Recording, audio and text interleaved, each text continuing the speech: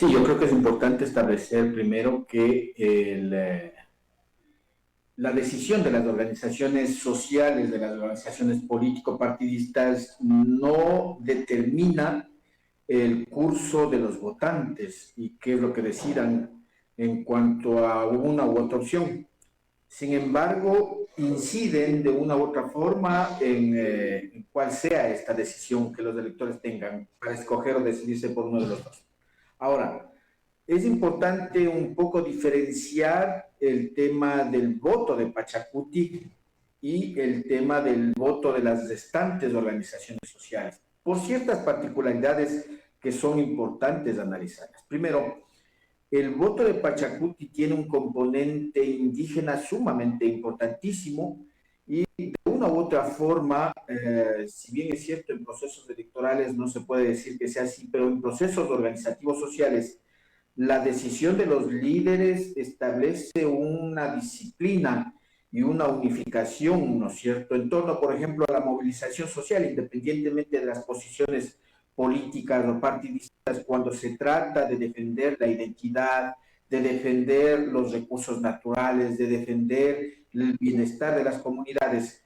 La CONAIE y en su medida Pachacuti, pues movilizan unificadamente a este sector. Sin embargo, se observa, yo estuve realizando el día de ayer un análisis precisamente sobre el comportamiento del electorado indígena en el país y para establecer un poco las realidades que estamos teniendo en estos momentos.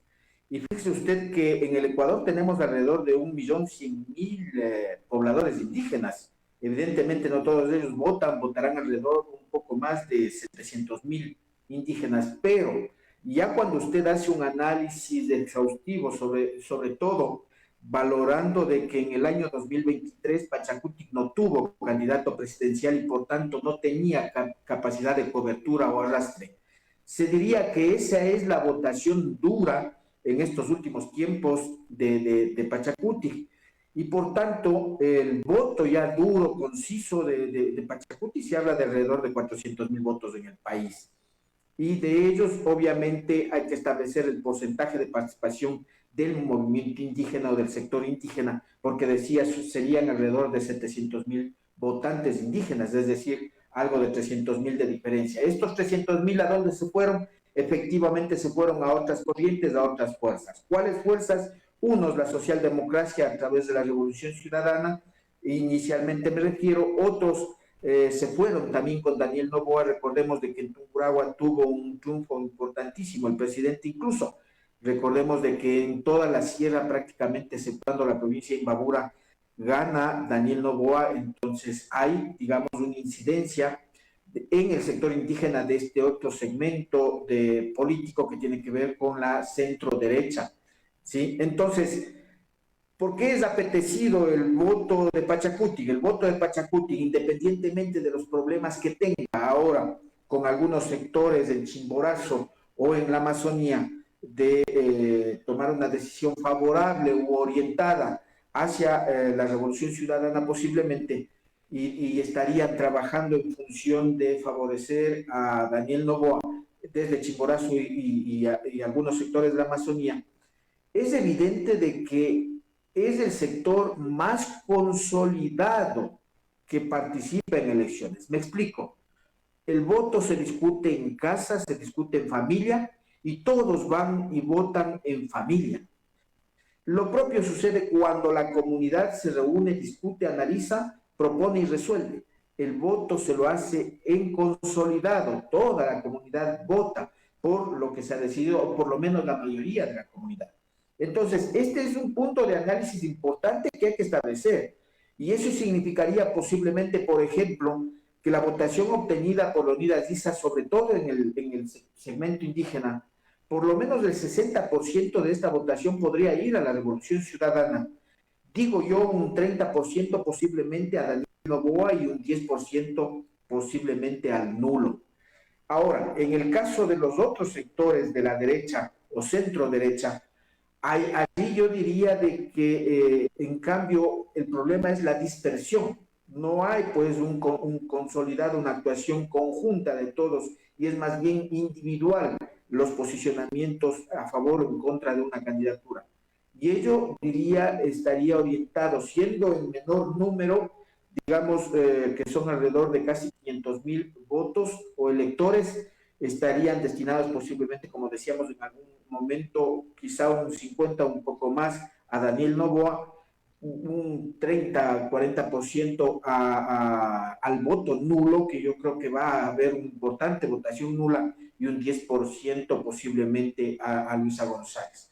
Pese a que Sociedad Patriótica, pese a que suma, a construye, ya han tomado una posición, ¿no es cierto?, en torno a apoyar a una candidatura.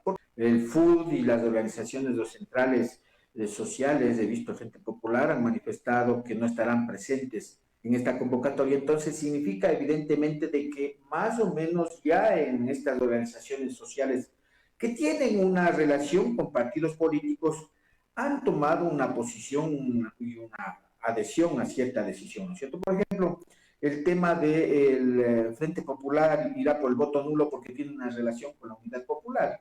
El FUD, que está ahora dirigido por el señor Villavicencio, y seguramente hay un trabajo colectivo en ese sentido, habrán determinado una decisión similar. Entonces, mientras tanto, en la CONAIE hay una posición de no a Daniel Noboa, pero podría ser, dicen ellos, Luisa González o el nulo, pero yo creo que el nulo está como que descartado en el sector de la CONAIE y Pachacuti, sino más bien una adhesión hacia la Revolución Ciudadana. Lo segundo, justamente yo estoy sacando algunos datos, algunos análisis alrededor del comportamiento de la población que ha votado en blanco, en el nulo y el ausentismo en los últimos 3 o 4 procesos electorales.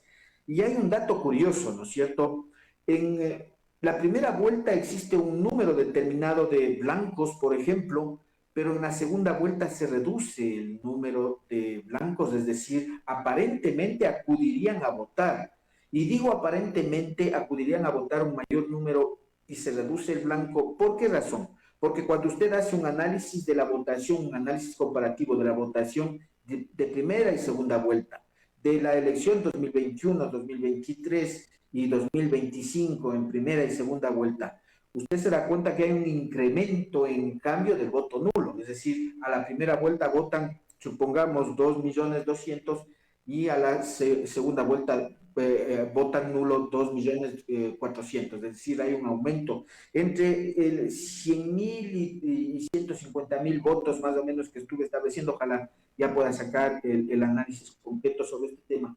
Pero también hay esta misma dinámica en el ausentismo, es decir, a primera vuelta no asisten o no acuden unos, y a segunda vuelta aumenta el número de ausentismo, que no es incidente, en unos 70.000 votos, pero cuando usted ve la reducción del voto blanco, es decir, hablemos de que el voto blanco se reduce en 80.000 votos, esto se contrarresta o se descuenta con el voto nulo que aumenta en 120.000, o aumenta o se reduce con el ausentismo. Entonces, yo creería más bien de que los candidatos ahora tienen un número en juego y es alrededor de 1.200.000 votos, que no puede ser considerado dentro de blancos, nulos y ausentismo por esta dinámica que veo en el comportamiento electoral de la población en estos últimos 3 o 4 procesos electorales.